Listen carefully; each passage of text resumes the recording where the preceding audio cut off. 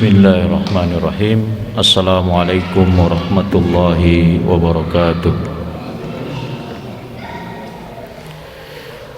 Alhamdulillah, wassalatu wassalamu ala rasulillah, wala hawla wala quwwata illa billah, amma ba'd. Subhanaka la ilma lana illa ma 'allamtana, innaka antal alimul hakim. Allahumma anfa'na bima 'allamtana wa 'allimna ma yanfa'una warzuqna 'uluman tanfa'una. Ma'asyiral muslimin, jamaah salat maghrib Masjid Baitul Ma'mur yang dirahmati Allah. Alhamdulillah, kita bersyukur pada Allah Subhanahu wa taala atas limpahan rahmat, taufik dan hidayahnya. Pada malam hari ini Allah izinkan kita untuk sama-sama mengaji tafsir ayat-ayat dalam juz 30 atau dalam juz amma. Pada Sabtu kedua yang lalu saya berhalangan hadir karena masih dalam pemulihan kesehatan, dan alhamdulillah pada malam hari ini bisa hadir kembali. Mudah-mudahan Allah Subhanahu wa taala senantiasa memberikan kesehatan, afiah kepada kita semua. Amin. Kajian terakhir kita surat Al-Masad atau surat Al-Lahab. Surat yang menunjukkan kebenaran kenabian Rasulullah sallallahu alaihi wasallam, karena di surat itu khususnya ayat ketiga, Abu Lahab sudah divonis akan masuk ke dalam neraka dan akhir hayatnya tidak sampai beriman, sehingga ini menunjukkan kebenaran risalah Rasulullah sallallahu alaihi wasallam. Pelajarannya adalah jangan sampai kita maupun keluarga kita menjadi penghalang-penghalang dakwah. Jangan sampai menjadi Abu Lahab berikutnya. Karena menurut Syekh Mutawalli Sya'rawi, seorang ulama Mesir, kalau Al-Quran itu tidak menggunakan nama asli, maka apa yang dilakukan oleh seseorang yang disebut dalam Al-Quran dengan tidak menggunakan nama aslinya, itu akan bisa saja terjadi pada era-era berikutnya.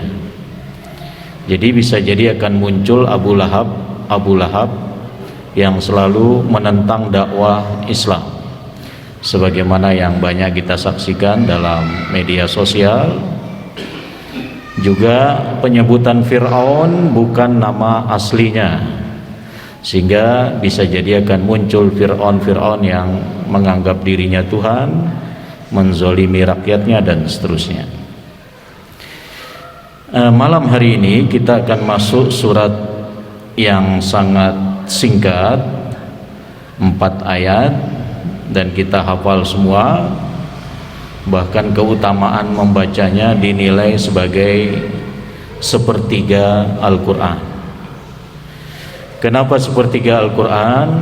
Karena Al-Quran itu kan terdiri dari akidah, syariah dan akhlak. Sepertiganya adalah akidah.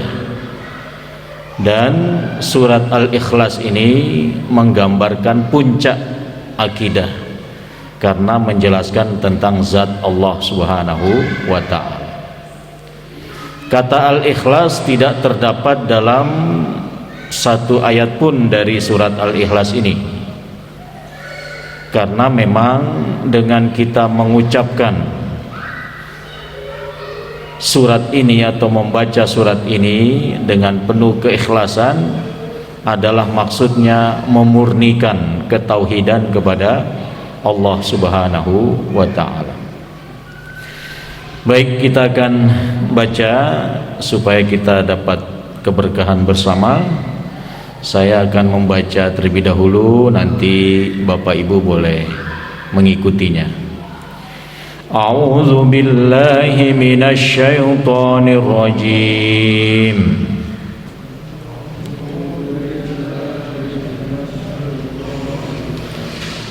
Bismillahirrahmanirrahim.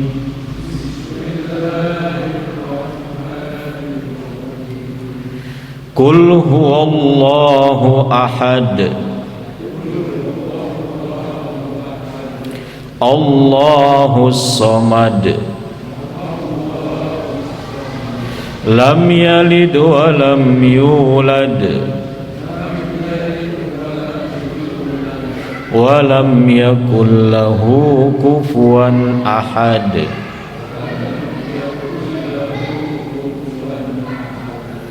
Ya, inilah surat Al-Ikhlas atau biasa juga disebut surat As-Somad, ya, dan beberapa nama yang lain.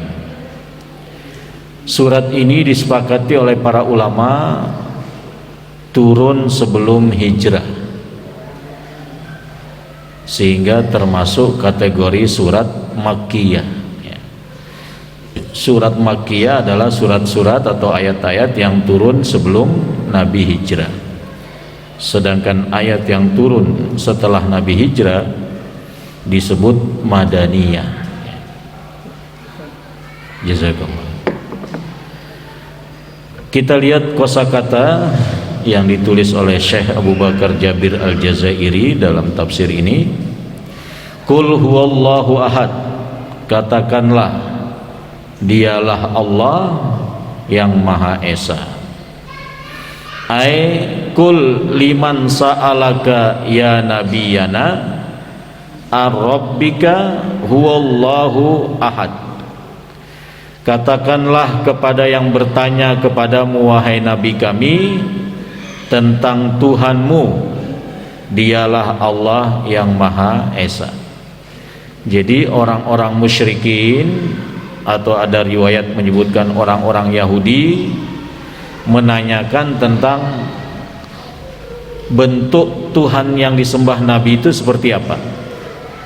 Apa seperti Tuhan mereka terbuat dari batu, apa terbuat dari kayu, dan lain sebagainya.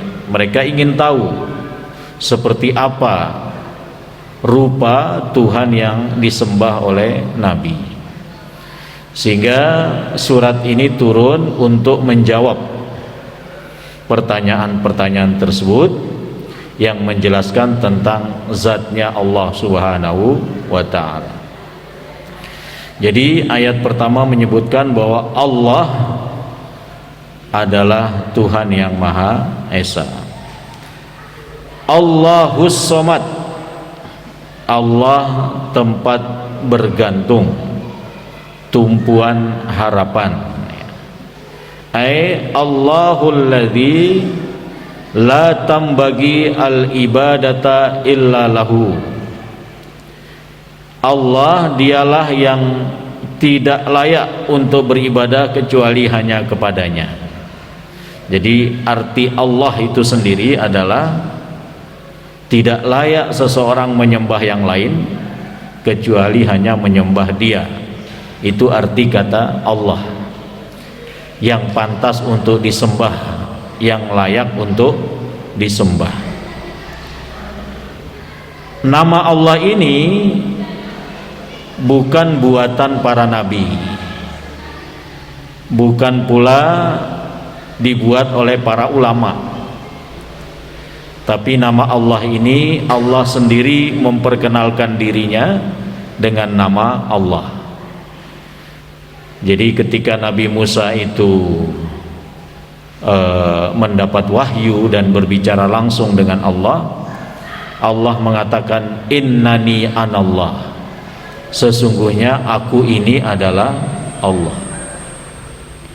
Sementara Tuhan-Tuhan yang disembah selain Allah itu umumnya dinamakan oleh penyembahnya atau dinamakan oleh nenek moyang yang menyembah Tuhan itu. Jadi mereka cari nama yang pantas untuk Tuhan-Tuhan yang mereka sembah. Karena itulah Nabi Yusuf, salah satu konten dakwahnya ketika beliau di penjara itu, beliau mengatakan khususnya kepada dua pelayan istana itu, apa yang kalian sembah selain Allah itu adalah Tuhan-Tuhan yang kalian namai sendiri, atau nenek moyang kalian yang menamainya. Jadi dari segi nama saja Tuhan selain Allah itu beda dengan Allah, ya, dari segi nama. Kalau Tuhan yang disembah selain Allah, penamaannya adalah dari penganutnya atau penyembahnya sendiri. Sedangkan kalau Tuhan Allah itu penamaannya Allah memperkenalkan dirinya lewat wahyu yang diberikan kepada para nabinya bahwa dia Allah. Termasuk surat Al-Ikhlas ini juga memperkenalkan nama Allah, Huwallah, ya, Huwallah. Kemudian arti kata As-Somad. Apa arti kata As-Somad? Di sini diartikan As-Sayyid alladzi yasmadu ilaihi, Tuan atau sesuatu yang agung yang semua menuju kepadanya, semua bergantung kepadanya, fil hawaij, dalam memenuhi kebutuhan. Ini apa terlalu terlalu jauh atau tadi dekat? Sudah saya jauhkan, masih menggaung. Wa huwa al-maqsud fi qada'il hawaij 'alad dawam. Dialah Allah yang dituju dalam memenuhi kebutuhan-kebutuhan selamanya. Kenapa kata As-Somad ini menggunakan alif lam? Karena As-Somad itu bisa berarti tumpuan harapan pada siapa saja. Jadi bisa jadi seseorang tumpuan harapannya pada camatnya atau pada gubernurnya atau pada presidennya, tapi berakhir semua itu tetap kepada Allah Subhanahu wa taala. Kemudian di sini dikatakan lam yalid, artinya la yafna idla syai'un yulad, bahwa Allah tidak akan musnah karena tidak lahir darinya sesuatu. Jadi kalau orang melahirkan sesuatu berarti dia nanti akan habis, dilanjutkan oleh yang dilahirkan itu, yang terlahir, ya. Karena itu Allah tidak melahirkan. Illa wa huwa fanin baidin la muhala. Karena kalau orang itu melahirkan, maka yang melahirkan itu pasti akan habis masanya, dilanjutkan oleh anaknya atau yang terlahir itu. Juga walam yulad, tidak dilahirkan, ay laisa bimuhaddatsin. Allah itu bukan zat yang baru, bahwa sebelumnya tidak ada kemudian menjadi ada. Bi an lam yakun fakana. Jadi Allah itu bukan zat yang tadinya tidak ada kemudian ada. Karena yang terlahir itu sebelumnya tidak ada, kemudian dia lahir berarti ada. Fahuwa kainun awalan wa abadan. Dia sudah ada sejak adanya dan akan ada selamanya. Jadi tidak terlahir atau tidak tiba-tiba muncul. Walam yakun lahu kufuwan ahad, tidak ada yang sebanding, tidak ada yang setara dengannya seorang pun. Ay lam yakun ahadun sabihun lahu au mathilun id laisa kamislihi syai'un. Jadi tidak ada seorang pun yang sama dengan dia, yang serupa dengan Allah, karena dalam firman-Nya Allah berfirman laisa kamislihi syai'un. Jadi Allah tidak sama dengan makhluknya. Jadi dua ayat terakhir ini menafikan kesyirikan. Karena orang kalau menyebut bahwa Allah itu punya anak atau Allah terlahir, Berarti Tuhan itu ada berbilang. Ada Tuhan anak, ada Tuhan ibu atau bapak. Sehingga ini tidak pantas untuk Allah. Bahkan dalam surat Maryam itu langit itu hampir pecah karena ada yang mengatakan Tuhan punya anak, Allah punya anak.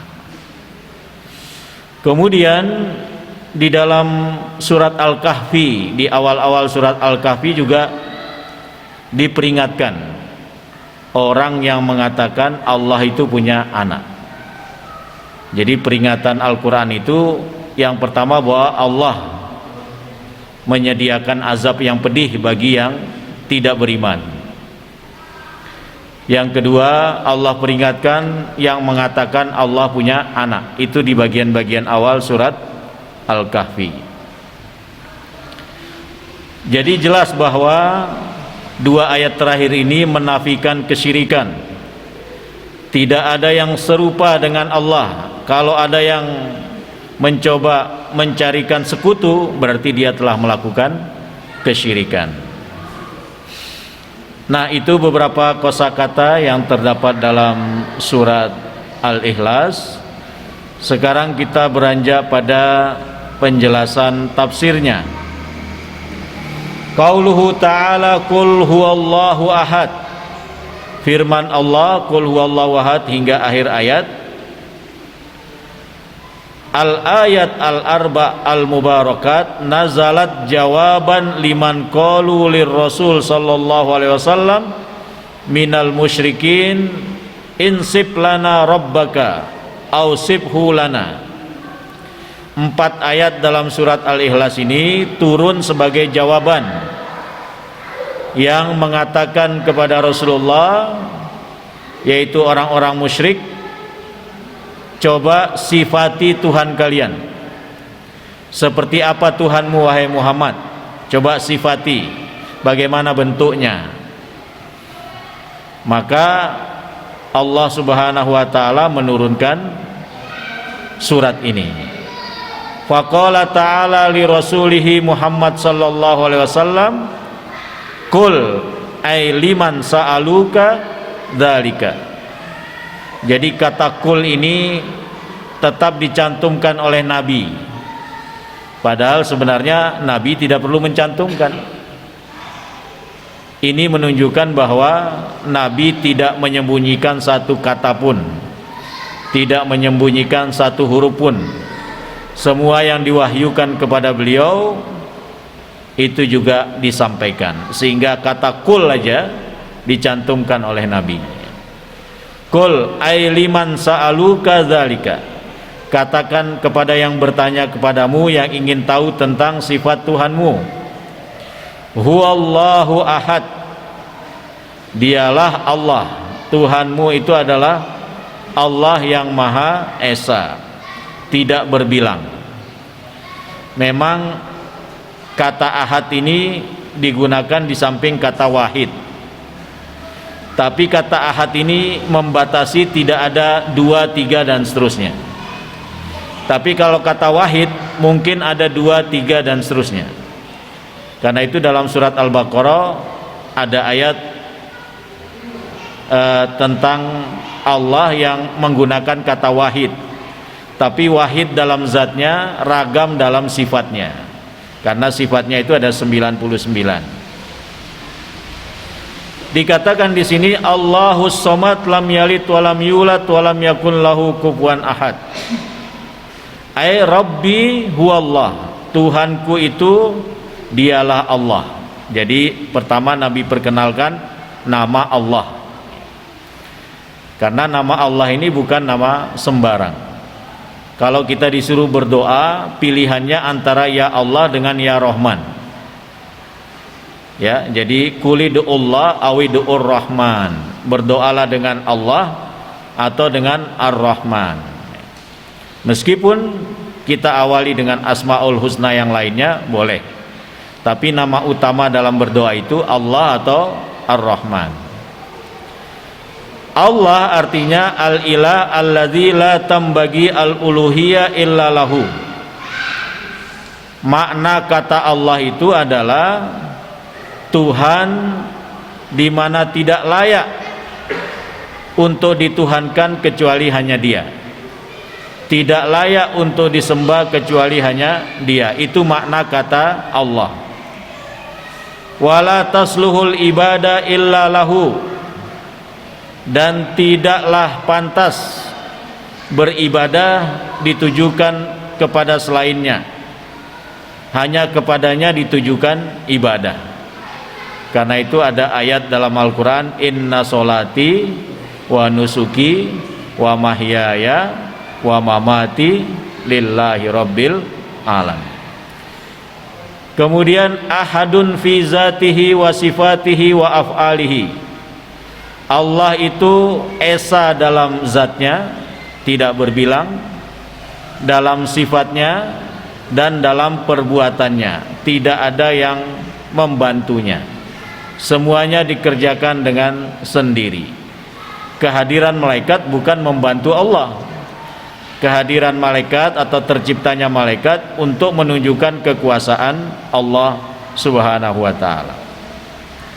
Falaisa lahu nazirun wala mathilun. Allah tidak memiliki yang serupa, tidak memiliki saingan, tidak memiliki yang serupa dengannya. Fi dzalika, baik dalam zatnya, karena Dia tidak lahir dan tidak melahirkan, juga dalam sifatnya, hanya Dia pemilik sifat itu, juga dalam perbuatannya Dia lakukan sendiri, tidak ada sekutu dalam melakukan perbuatannya. Idh huwa khaliqul kulli, Dialah pencipta segalanya, wa malikul jami, pemilik semuanya. Falan takun al muhdatsat al makhluqat, Allah itu telah menciptakan segala yang ada dan segala makhluk. Ka khaliqiha wa muhadditsuha, Dialah penciptanya, Dialah yang mengadakan yang ada itu. Allah ay al-ma'bud alladzi la ma'buda bihaqqin illa huwa. Allah adalah zat yang disembah dan tidak ada sesembahan yang sesungguhnya kecuali Dia. Itu makna la ilaha illallah. As-samad ay as-sayyid al-maqsud fi qada'il hawaij. As-samad adalah tumpuan harapan untuk memenuhi kebutuhan-kebutuhan. Allazi istaghna an kulli khalqihi, Dia tidak membutuhkan semua makhluknya, tapi makhluknya yang membutuhkan Dia. Waftaqarul kulli ilaihi, semua makhluknya butuh kepada Allah. Lam yalid ay lam yakun lahu waladun, Allah tidak melahirkan, artinya tidak punya anak. Lintifa, karena kalau punya anak berarti dia fana.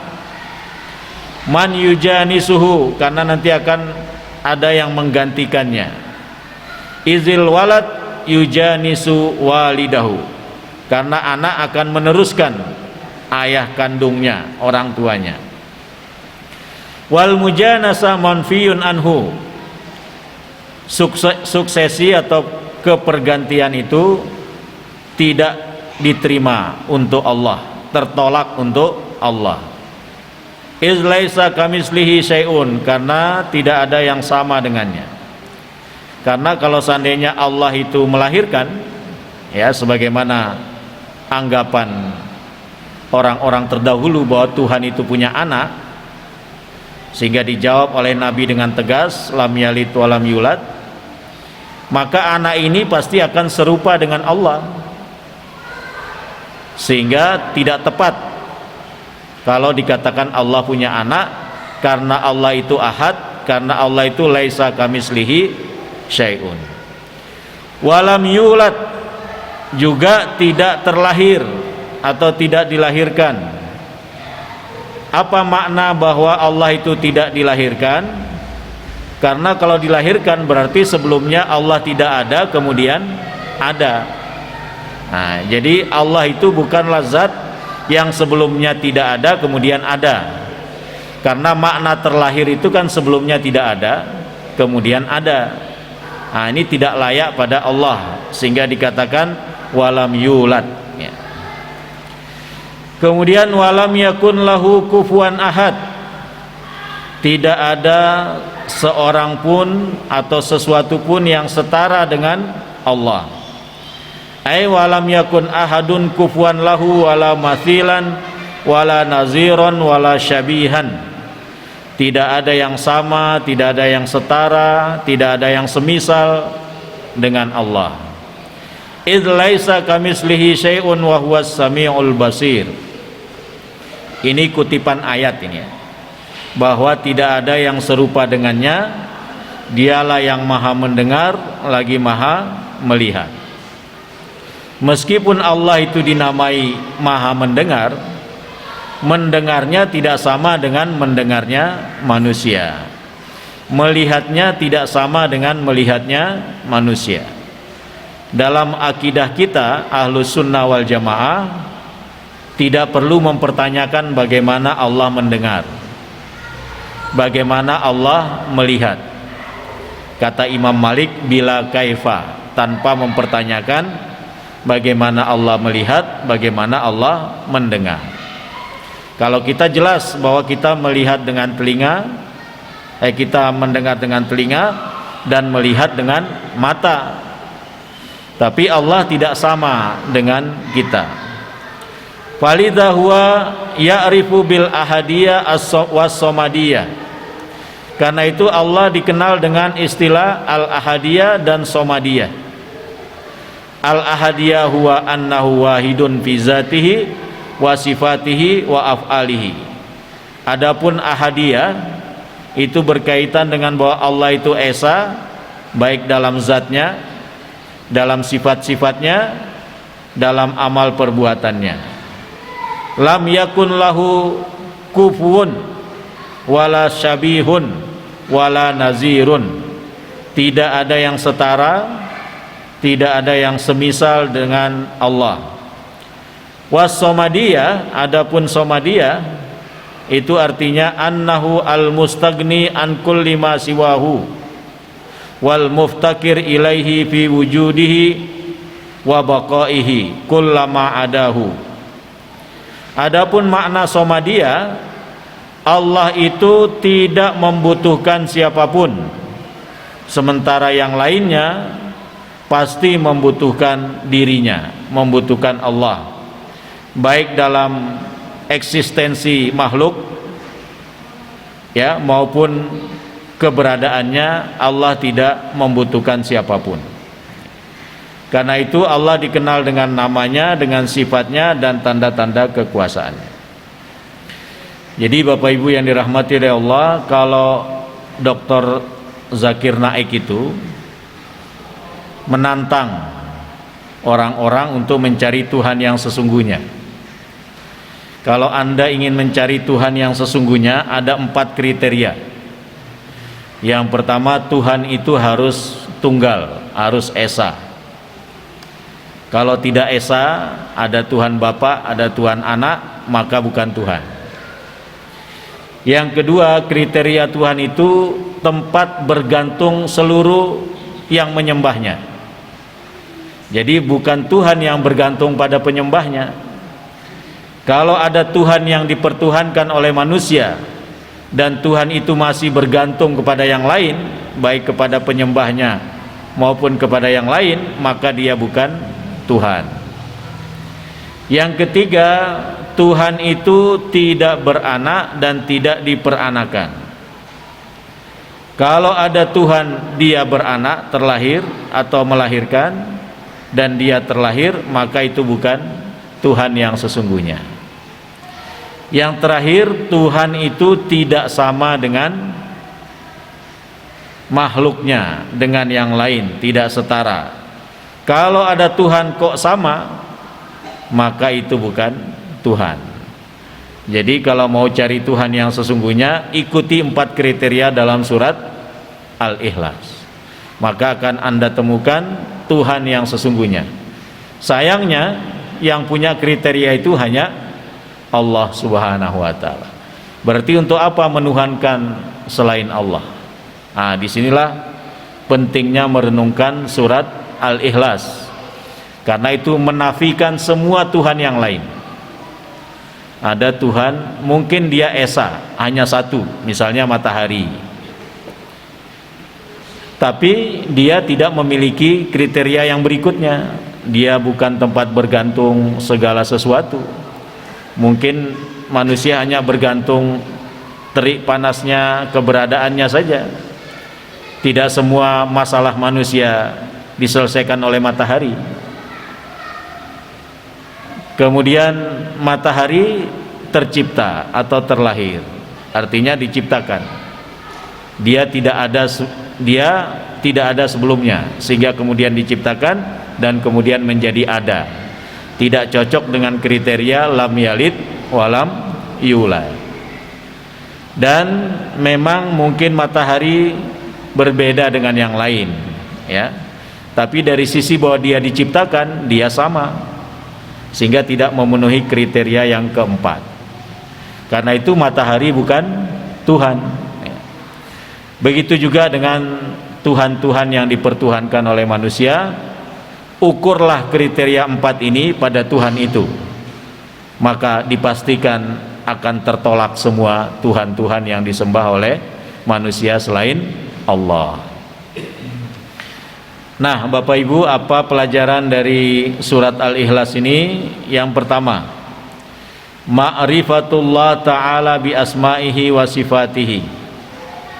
Mengenal Allah, baik nama-namanya maupun sifat-sifatnya, bahwa Allah itu tunggal, bahwa Allah itu bermakna zat yang pantas untuk disembah, satu-satunya zat yang pantas untuk disembah. Yang kedua, takrirut tauhid wan nubuwah, peneguhan tauhid dan pembenaran kenabian. Karena Nabi diminta untuk menjelaskan tentang Tuhan yang disembahnya itu seperti apa, dan Nabi menjelaskannya dengan tepat, ya, karena mendapat wahyu dari Allah. Yang ketiga, butlanu nisbatil walad ilallahi ta'ala, batalnya menisbahkan anak kepada Allah, karena ayat ketiga mengatakan lam yalid walam yulad. Para penyembah Tuhan selain Allah, mereka mengira Tuhan itu punya anak. Jadi mereka menganggap setiap Tuhan itu ada keluarganya, ada anaknya. Maka kalau kita baca cerita-cerita Yunani itu kan ada dewa ini, dewa itu, melahirkan ini, melahirkan itu, dan seterusnya. Jadi dalam anggapan masyarakat musyrik, Tuhan itu punya anak, sehingga kekeliruan selama ini dibantah oleh surat Al-Ikhlas, bahwa Tuhan yang sesungguhnya itu tidak beranak dan tidak diperanakkan, tidak terlahir. Yang keempat, wujubu ibadatihi ta'ala wahdahu la syarika lahu fiha, wajib hanya beribadah satu-satunya kepada Allah, tidak ada sekutu baginya. Izhuallah, karena dialah Allah, zul uluhiyah ala khalqihi duna siwahu, karena dialah yang pantas untuk disembah, yang memiliki hak ketuhanan. Hak ketuhanan itu hanya haknya Allah, bukan hak selain Allah, ya. Jadi tidak pantas menyembah Tuhan selain Allah Subhanahu wa taala. Di sini ada catatan kaki yang menjelaskan keutamaan surat Al-Ikhlas. Warada fi fadli surah annaha ta'dilu thulutsal Quran. Terdapat riwayat yang menjelaskan keutamaan surat Al-Ikhlas, bahwa dia setara dengan sepertiga Al-Quran. Hadis riwayat Bukhari dan riwayat Muslim dari Aisyah, anna Rasulullah sallallahu alaihi wasallam ba'atha rajulan ala sariyatin. Nabi mengutus seseorang untuk melakukan peperangan, memimpin sahabat, ya. Jadi sahabat yang diutus ini menjadi ketuanya. Wa kana yaqra li ashabi fi salatihim fayahtatimu bi qul huwallahu ahad. Karena dia yang jadi pemimpin, dia juga yang jadi imam salat. Jadi dalam jeda peperangan itu mereka salat berjamaah. Setiap salat berjamaah, sang imam ini setiap selesai baca surat yang lain selalu menambah surat Al-Ikhlas. Jadi misalnya dia baca surat Sabbihis, dia baca lagi setelah itu surat Al-Ikhlas. Falamma raja'u dzakaru dzalika lin Nabi sallallahu alaihi wasallam. Setelah misi peperangan selesai, kejadian itu disampaikan kepada Nabi. Kenapa imam mereka ini selalu baca surat Al-Ikhlas setelah membaca surat yang lain? Maka Nabi menyuruh mereka bertanya, faqala saluhu li aisya'in yasna'u zalika. Coba tanyakan dia, kenapa dia setiap membaca surat diakhiri dengan surat Al-Ikhlas. Dalam riwayat lain Nabi yang langsung bertanya, kenapa Anda melakukan itu? Yaitu membaca surat Al-Ikhlas setelah membaca surat yang lain. Maka setelah ditanya, dia menjawab, li'annaha sifatur rahman fa ana uhibbu an aqra'a biha. Alasan imam ini mengatakan karena surat Al-Ikhlas itu mengandung sifat Ar-Rahman, sifat Allah yang Maha Rahman. Saya suka membaca dalam sholat itu surat Al-Ikhlas. Ya, surat favorit kita juga ya. Kemudian Nabi SAW mengatakan, ahbiruhu annallaha azza wa jalla yuhibbuhu. Coba beritahu dia bahwa Allah mencintainya juga. Jadi ada seseorang suka baca surat Al-Ikhlas karena dia suka. Kemudian Nabi memberitahu bahwa Allah pun mencintainya karena dia suka membaca surat Al-Ikhlas. Kemudian hadis yang kedua diriwayatkan oleh Tirmizi dari Ubay bin Ka'ab, annal musyrikin qalu li Rasulillahi sallallahu alaihi wasallam ansib lana rabbaka. Orang-orang musyrik bertanya kepada Rasulullah, coba jelaskan kepada kami tentang Tuhanmu. Seperti apa Tuhan yang kamu sembah itu wahai Muhammad? Fa anzalallahu azza wa jalla qul huwallahu ahad Allahu somad, dan seterusnya. Jadi kemudian Allah menurunkan surat Al-Ikhlas. Itu diantara sebab turunnya surat Al-Ikhlas, karena kaum musyrikin bertanya-tanya tentang bagaimana sih rupa Tuhan yang disembah Nabi. Maka Nabi menjawabnya dengan wahyu. Baik Bapak-bapak, itu saya kira surat Al-Ikhlas minimal kita sering membacanya ya. Kapan kita membacanya? Ketika kita bangun, nanti di sholat witir ya, di rakaat ketiga, kalau sholat witirnya 3 rakaat, kita baca surat Al-Ikhlas. Kemudian nanti kita datang ke masjid untuk sholat subuh, kita sholat qobliyah subuh, rakaat kedua juga baca surat Al-Ikhlas. Nanti zikir pagi setelah sebelum matahari terbit, antara subuh dan terbitnya matahari ada zikir pagi, kita juga baca surat Al-Ikhlas, bahkan 3 kali. Kemudian mungkin sore nanti setelah asar sampai sebelum terbenamnya matahari ada zikir sore, kita juga baca surat Al-Ikhlas. Kemudian kapan lagi?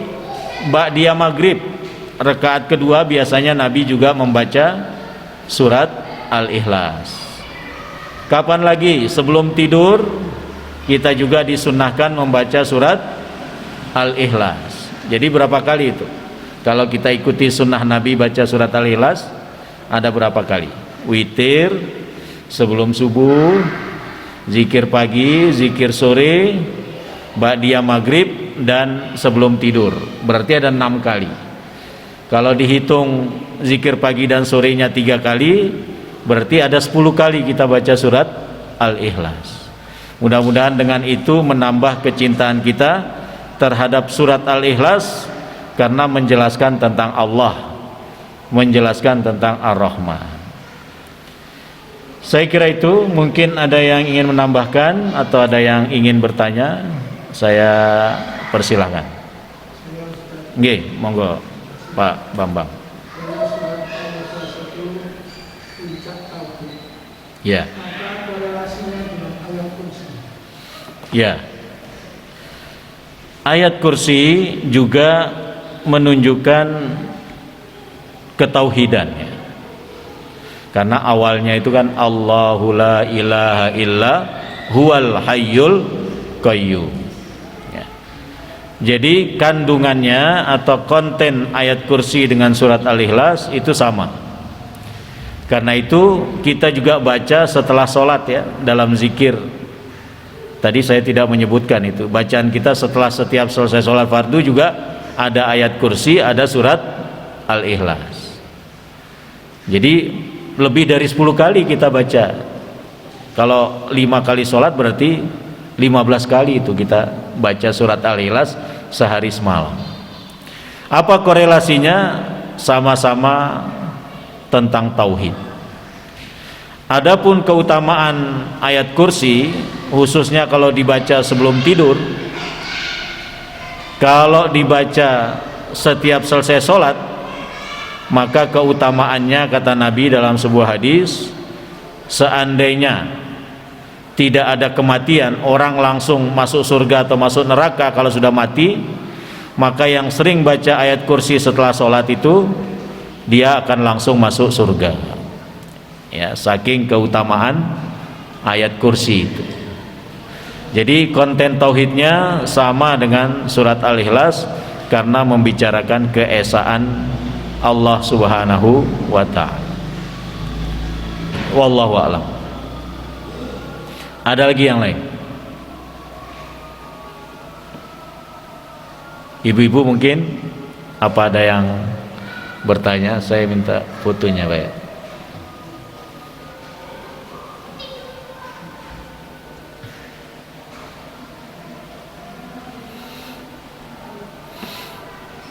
Baik, kalau tidak ada kita coba ulangi tadi.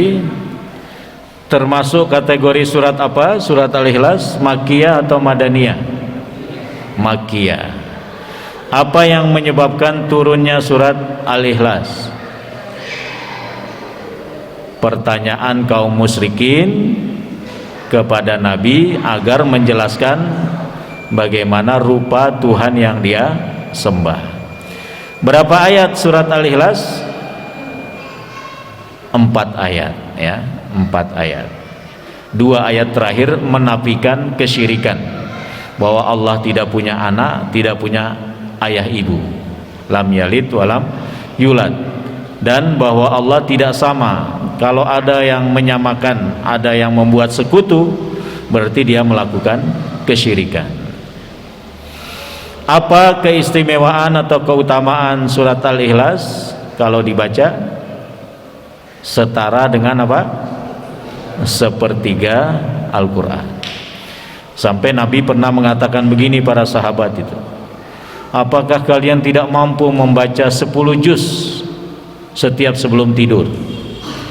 Para sahabat pikir-pikir, 10 juz sebelum tidur, wah berat ya. Mereka kira memang betul-betul 10 juz, padahal 10 juz itu kan sepertiga Al-Quran. Kami tidak sanggup wahai Rasulullah baca sebelum tidur 10 juz. Kemudian Nabi mengatakan, kenapa kalian tidak membaca surat Al-Ikhlas? Sehingga surat Al-Ikhlas juga menjadi sunnah Nabi untuk dibaca sebelum tidur. Seakan-akan kita baca sepertiga Al-Quran atau 10 juz. Demikian, mudah-mudahan ada manfaatnya. Kita akhiri dengan doa kafaratul majlis. Subhanakallahumma wa bihamdika asyhadu an la ilaha illa anta astaghfiruka wa atubu ilaik. Assalamualaikum warahmatullahi wabarakatuh.